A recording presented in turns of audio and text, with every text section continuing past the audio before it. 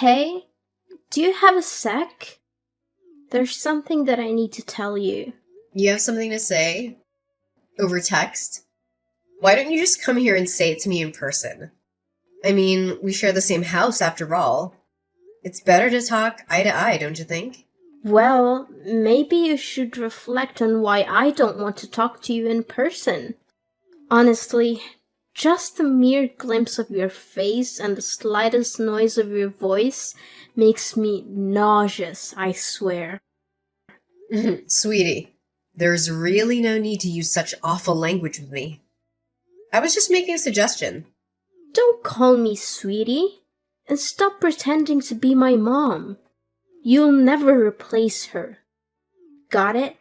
You may have been married to my dad, but you will never be my mother. Never. So, stop bossing me around. I hate it when you act like that. I see what you mean, and I am sorry if I overstepped a boundary somewhere. I don't mean to do that, but I really don't see why something as small as this needs to turn into such a huge fight. I mean, I've been married to your father for 10 years now. We've lived together a whole decade. I thought we would have gotten along better by now. Especially now more than ever since your poor father passed away. It's just the two of us. So we'll have to learn to get along better. What? No way am I staying with you any longer than necessary. I want you out of the house as soon as possible. Do you get me? Excuse me? I'm sorry, but you want me to leave the house? Yeah, duh. That's what I just said. That is what this whole conversation is about. Actually, this is something that has been on my mind since Dad's funeral the other day. Now that he's gone, you're not his wife anymore.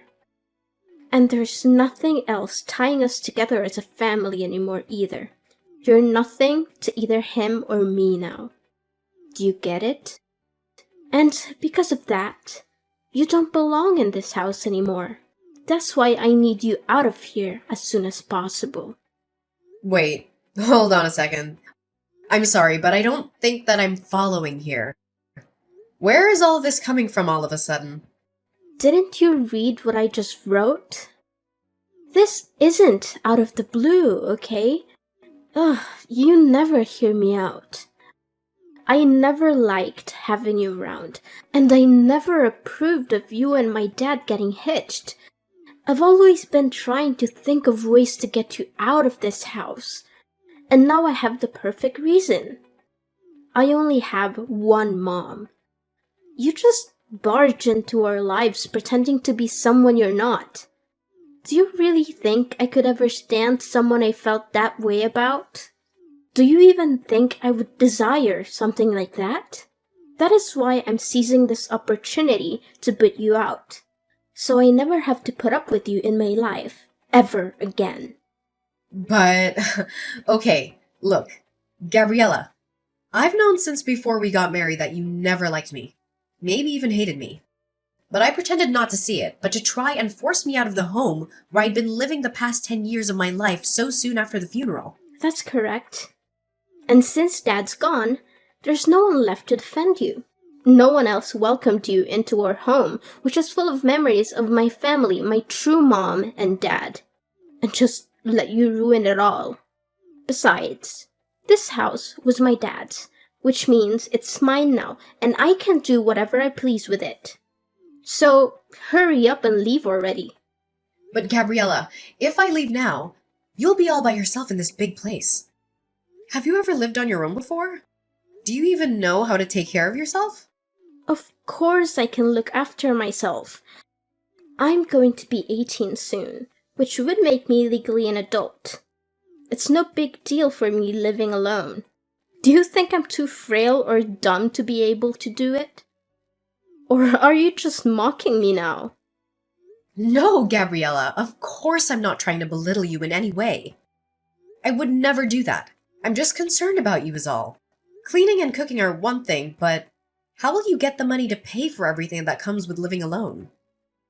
Shut up and get off my back. I thought I told you that you're not my mom and you shouldn't pretend to be. But you're going to be in college soon. I'm just wondering from where you're going to find the money you need to survive. I mean, even what you inherited from your dad won't last forever, you know. Well, who asked you to worry about me anyways, huh? I certainly don't remember ever asking for your input. As for money, I'll think of something and make my own way in life. I really don't think it'll be as simple to do as you think.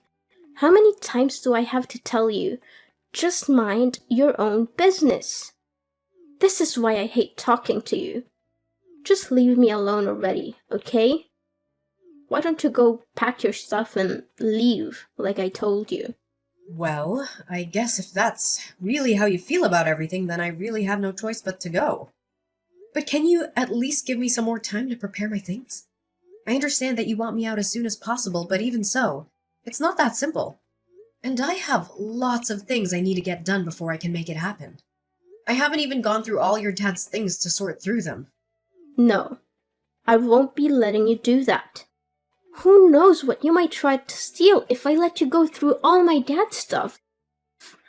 And besides, if I let you stay any longer, you'll just find some reason to extend your stay and so on, and nothing will change. Did you really think I'd let you get away with that? Now, I want you out of the house by the time we finish with the funeral process. I'm his daughter, which means that I get to choose who lives in his house after he's gone. And I've decided the one person the Collins house definitely doesn't need is you. So, if you really understand where I'm coming from, you just shut up, pack your things, and leave. I understand. I guess I just never realized how strongly you felt about living together with me. I'll leave the house. I promise. And I promise that I'll never come back once I'm gone. But I just want to let you know that things might get really tough for you once I'm gone. You're not going to regret this, are you? Me? Regret kicking you out? As if. It'll be more like a dream come true than anything. Hey, Gabriella. I just wanted to text you and let you know that I've finished moving all my stuff out of the house. I also wanted to take a moment to thank you for everything, even though we didn't always see eye to eye. And who gave you the green light to text me? Did I ever ask about your moving progress? Did I mention needing a report from you? Frankly, if you're not going to respect my wish to cut ties, I'll just go ahead and block you. No, you're right. I'm sorry for reaching out like this. You won't hear from me again after this, I promise. But there's one last thing about the house's rent. I know it's been a tough month, so you won't have to pay this time. However, starting next month, I'll need to collect rent from you. Rent? For what exactly? The house? What on earth are you talking about? Well, yes, I'm talking about the house, actually. Because we've been living together as a family this whole time, it wasn't necessary. But since you don't want anything to do with me as your family anymore, that just makes me your landlord now. Have you completely lost your mind?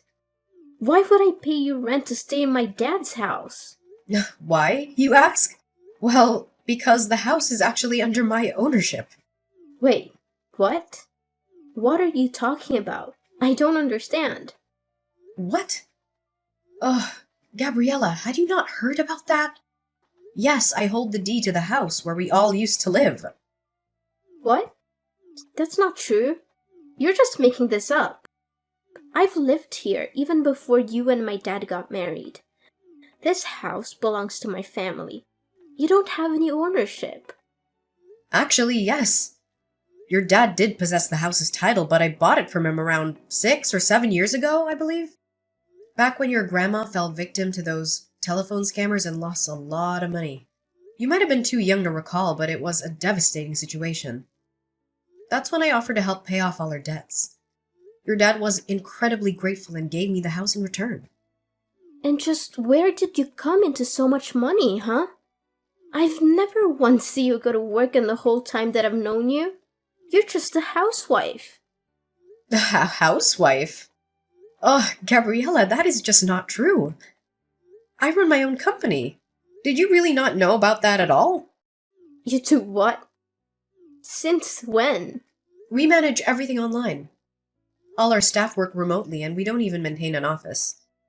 We could all commute if we wanted to. I suppose it's hard to realize since I spend so much time at home. But a lot of that time, I'm essentially working as company president. I can't believe this. You keep lying to me. Gabriella, it's not a lie. I swear it. That's how I was able to help out your grandma after she was scammed. So you're telling me the truth? Absolutely. I wouldn't lie to you. Do you totally believe me when I say the house is mine? Anyway, the rent for next month is $2,000, okay? $2,000? There's no way I can afford to pay that. Well, you can't reside in a place without owning it and not expect to pay rent. Besides, I recall you mentioning something about becoming an independent adult who can fend for herself. Well, yeah, I said that, but I had no idea about all this until now. What did you think would happen? Were you planning to squeeze the money out of me whenever you needed it? Hoping I'd foot the bill while you flaunted your house? An independent adult would never do that, right? Of course, I wasn't planning on using you for money. It's just that $2,000 is a huge amount all at once. I understand, but in the end, I'm the property owner. So if you're pushing me away to live on your own, you'll have to pay the rent to your landlord, which is me. Hold on. Can't we find a way to discuss this? How about a compromise? I won't charge you for rent for the first 3 months. But if you don't show any progress by then, I'll have to evict you anyway. I'm swamped right now, so let's continue this conversation later. I'll send you all the rental paperwork this week. Keep an eye on your mailbox. Take care. Wait, don't hang up. We're not done talking yet.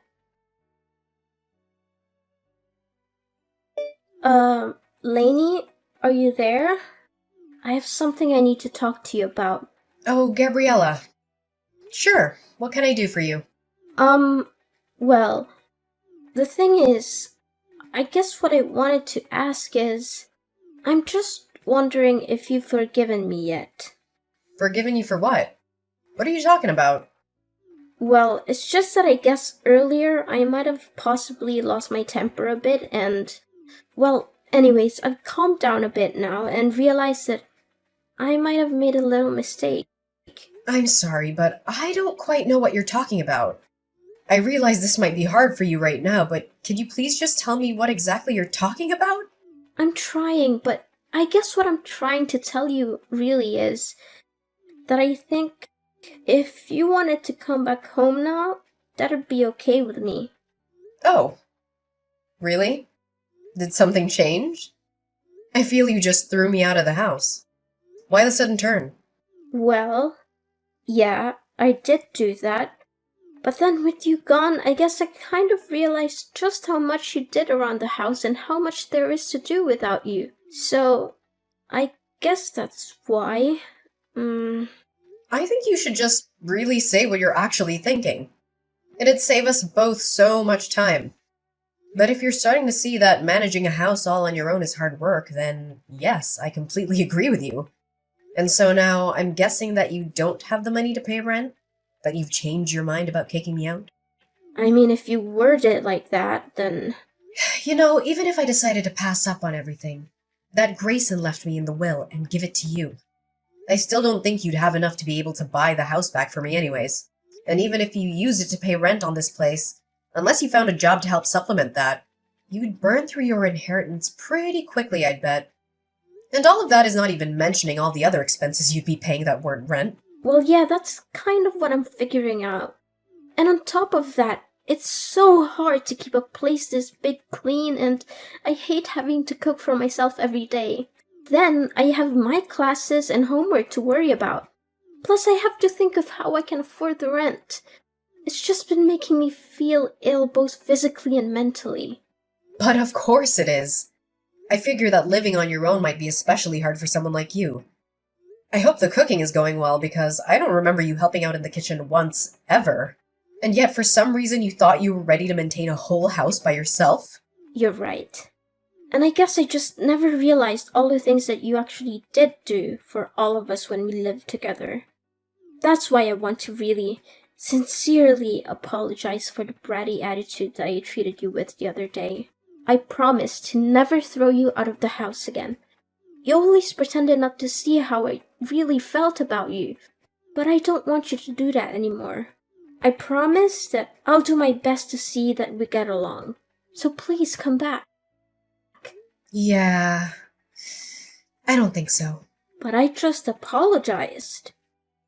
You hated me so much that you couldn't hold back from throwing me out of my own house, just days after your dad's funeral. And now you only want me to come back because you're getting a taste of the real world. And you're realizing that it's not so easy on your own. I mean, have you put any thought into how you're going to go on like this? But I apologized. I thought about what I did and realized just how much trouble I caused you over the years. Please, I'm sorry. What else can I say? And I think that you're just saying that you're sorry. But the only real reason that you want me back is because you realized how hard it is to do things on your own. So now you want the person that used to cook and clean for you to come back and do all of that once again. No, that's not true. I promise. I really do want to make up with you and try and be friends. Well, that's the thing, Gabriella. I don't. I mean, come to think of it, I don't really have a single happy memory of interacting with you.